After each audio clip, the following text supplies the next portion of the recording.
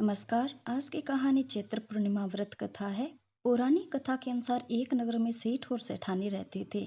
सेठानी रोजाना भगवान श्री हरि की पूजा भक्ति भाव से किया करती थी, लेकिन सेठानी का पूजा करना उसके पति को बिल्कुल पसंद नहीं था। इस कारण एक दिन सेठ ने उसे घर से निकाल दिया। सेठानी घर से निकलकर जंगल की ओर चल दी।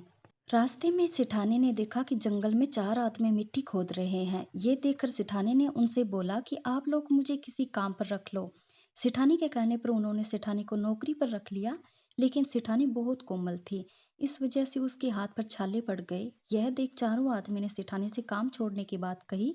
उन्होंने कहा कि इसकी वजह तुम हमारे घर का काम कर दो। सेठानी के मान जाने पर वे उसे अपने घर ले गए। वहां वे चारों आदमी चार मुट्ठी चावल लाते और उसे बांटकर खा लेते।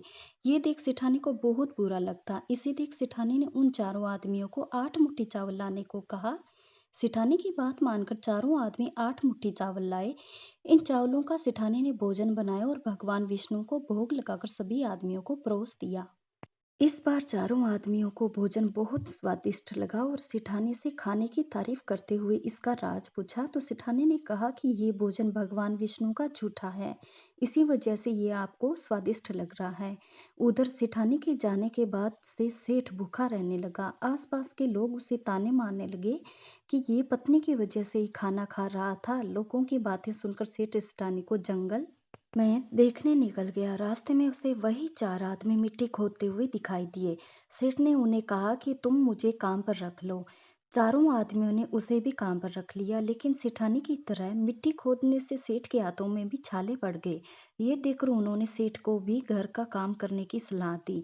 सेठ भी उनकी बात मानकर उनके घर चल दिया। घर पहुंचकर सेठ ने सेठानी को पहचान लिया, लेकिन सेठानी घूंघट में होने के कारण सेठ को पहचान नहीं पाई। हर दिन की तरह इस बार भी सेठानी ने भगवान विष्णु को भोग लगाकर सभी को खाना परोस दिया।